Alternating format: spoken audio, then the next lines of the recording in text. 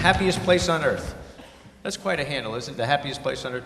All you do is wait in line for 2 hours. If that's the happiest place on earth, what's number 2? The Department of Motor Vehicles?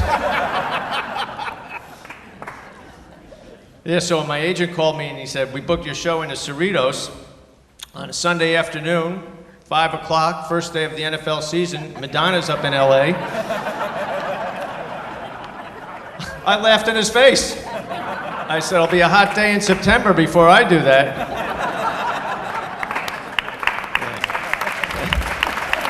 And here I am. Oh, man. But, you know, I can't complain. You know what the happiest place on earth is, though? Las Vegas. Have you been there recently? No.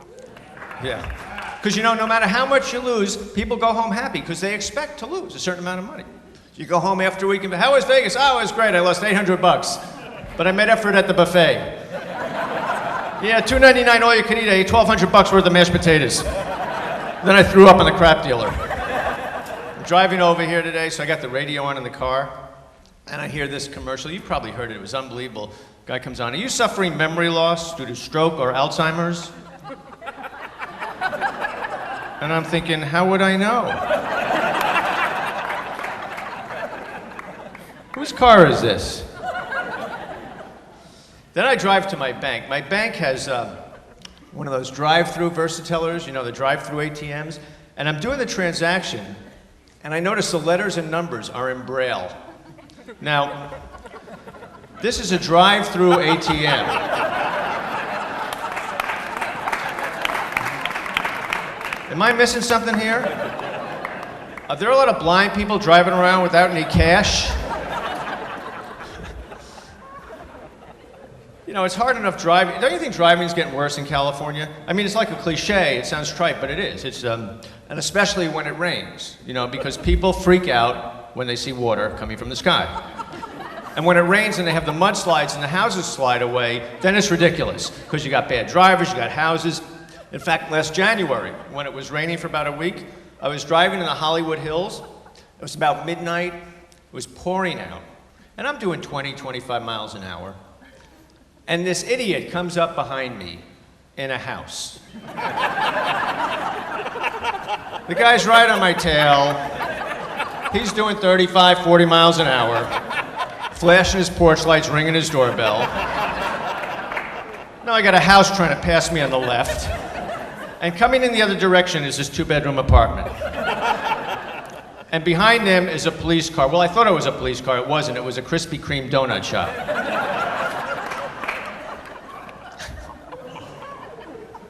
I got pulled over by a cop about a month ago, and he asked me perhaps the dumbest question I've ever been asked. I rolled down my window, cop comes over. He says, why were you driving so fast? I said, because I didn't see you. He said, what are you, a comedian?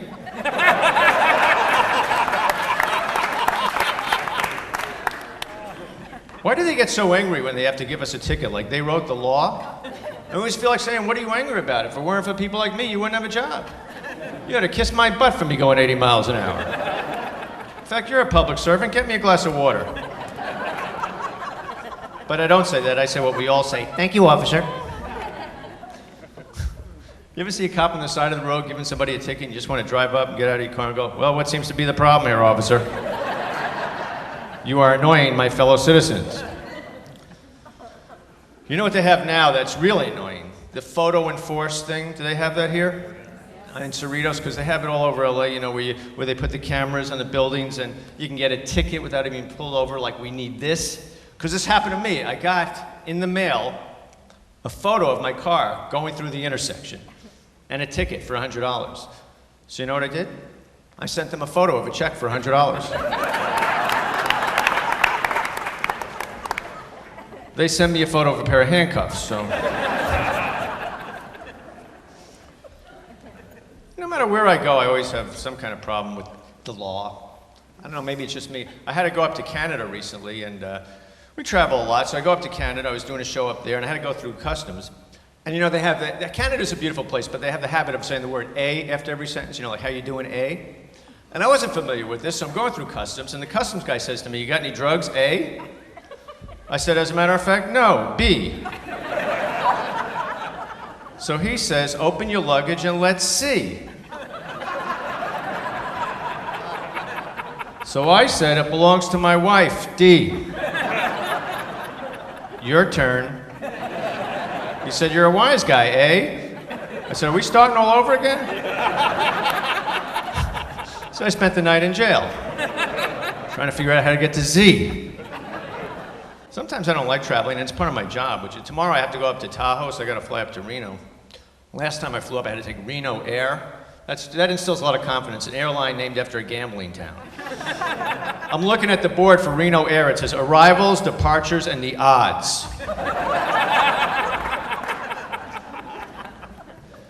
I'm glad they're safety conscious, but when you get to the airport and check in, some of the questions they ask you are a little ridiculous. Have you packed your own luggage? No, the luggage fairy did it. I put the suitcase under my pillow. When I woke up, it was full. How about this one? Did any strangers give you any gifts on the way to the airport?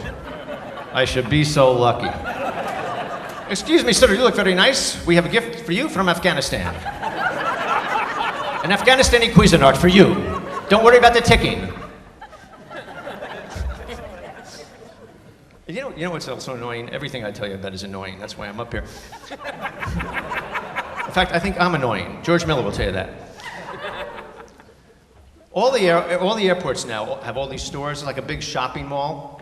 And some of the stores they have in the airport just seem a little unnecessary, like luggage stores inside the airport. Is this necessary? I mean, think about it. If you need luggage by the time you get through security, perhaps you should not be flying. Guy's going through security. Honey, I need something for all this crap. Oh, there's a luggage store. Great, come on. It'd be like going to the gas station, you walk up to the pump. Hey, I need a car.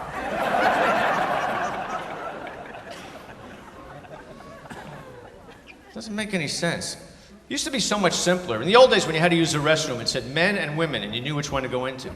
Now they put signs on the doors. You got to figure out what you are. What does this mean?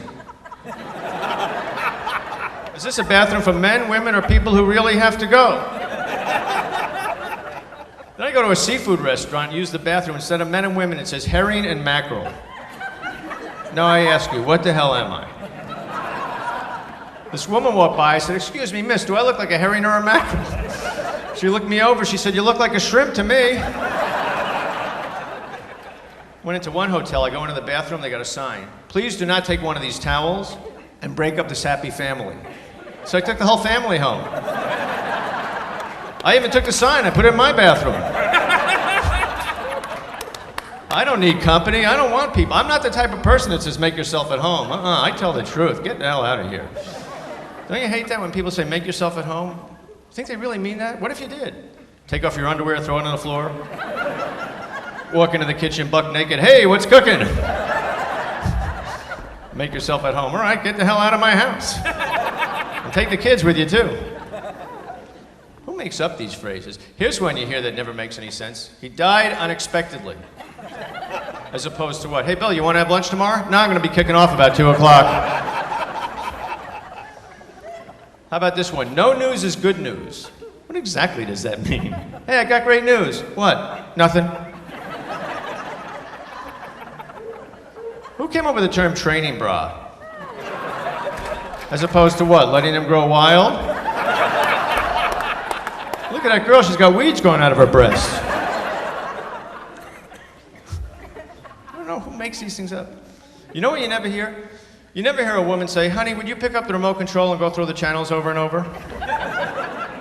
I've never heard that.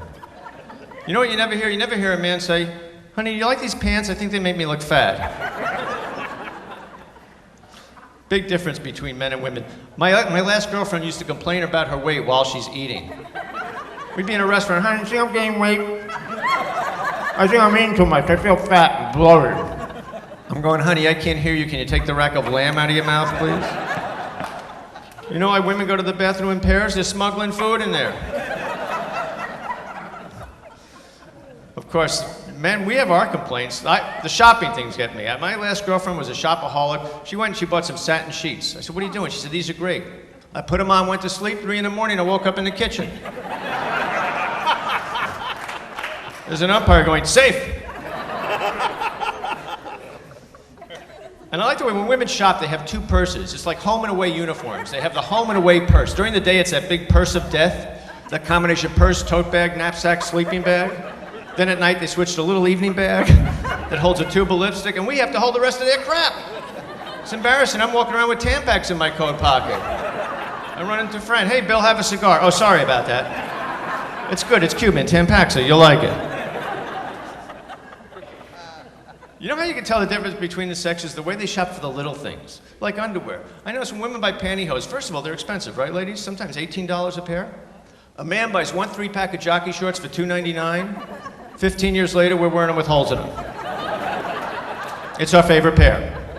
See, if a woman gets a run in her stocking, she goes, oh, I gotta go change. If a guy gets a hole in his underwear, he's going, hey, they're finally broken in. All right. They even match my socks. Some women will do anything to save a pair of pantyhose. I walked into the bathroom, my girlfriend was putting nail polish on her rear end. Are you ladies familiar with this trick? I said, what the hell are you doing? She says, nail polish stops the runs.